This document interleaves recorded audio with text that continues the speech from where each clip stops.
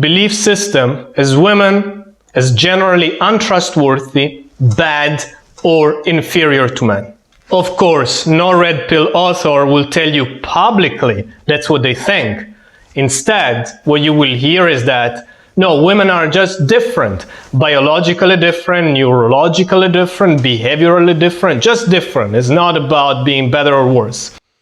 Yet, every time you read some of their books or you listen whatever they say, you will come out of it with the feeling that that's exactly what they think. I could give you countless of examples now for this. If you go on the Red Pill subreddit, you will get far more extreme views, and it will become very, very obvious very quickly. But let's stick with the gurus and the thought leaders. It still shines through what they really think about women. Let's see. Because that's what I get into it with guys on Twitter all the time, because they'll say women never apologize. And they're right. They don't. So when they do, it's this rare occasion. They never give compliments and they never apologize for anything, because we live in an age where women are blameless. They're sinless. They don't do anything wrong. Only men do things wrong. How do we know that? Yeah, how do we know that, man? Guys on Twitter? You mean guys who follow you because they think like you, because they are misogynist like you? Then that makes sense. That's called groupthink. Do women never apologize for anything or never give compliments? I haven't noticed any major difference between men and women. But hey, maybe we just had very different experiences, so let's keep on going. Does he support the idea of a female president? No. I'm so glad at least he was honest. It would have been such a weasel move if he had pretended he was okay with a woman as a prime minister or as president. So actually, respect to Rollo Tomassi for saying it straight. Congratulations, man. I respect that. Now, to be frank, in that case, he then started talking about Hillary Clinton versus Donald Trump. So I'm not sure if he meant he's not okay with a woman as president in general or just in the 2006 election. So let's keep on going.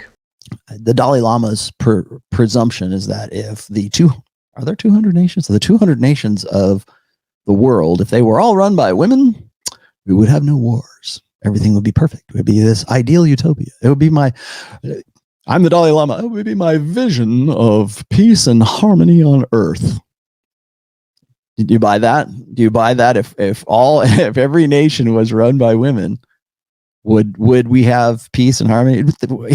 I didn't watch this, but I could hear the TV going downstairs. My wife and my daughter were watching The Bachelor last night. Trust me, you don't want women to be running the country after that. Trust me.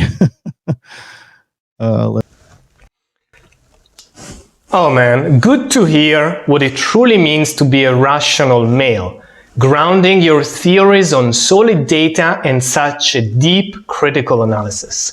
I'm being sarcastic here, of course. Man, that's such fucking nonsense. Right now, I'm in Berlin, in Germany. This country has been run for the last 15 years by Angela Merkel, a woman. She has been doing that job for 15 years because she has been doing a great job. Indeed, there are millions of refugees who want to come to Germany. And there are millions of European citizens, jobless European citizens, who want to move to Germany because Germany is doing great and it's the economic engine of Europe. By the way, here is the funny thing. Of all these millions of people coming here, you know where they are running away from? They are running away from countries who have been run into the ground by their male leaders. Does that tell you that maybe female leaders are better than men? No, it doesn't, because it's anecdotal evidence. Sure, it's better evidence that the dumb shit Rollo Tomassi said, but it's still anecdotal evidence. And again, this is no SJV channel. As a matter of fact, the Dalai Lama was completely idiotic to say what he said. I have lost a lot of respect for the Dalai Lama after he said that. You can talk about genders in general, which are different, which obviously they are. However, you want to look at the individual more than the gender, especially when you have to elect one specific person. You are electing an individual. You are not electing the sublimated, generalized traits of the whole gender. You are electing an individual, which differs.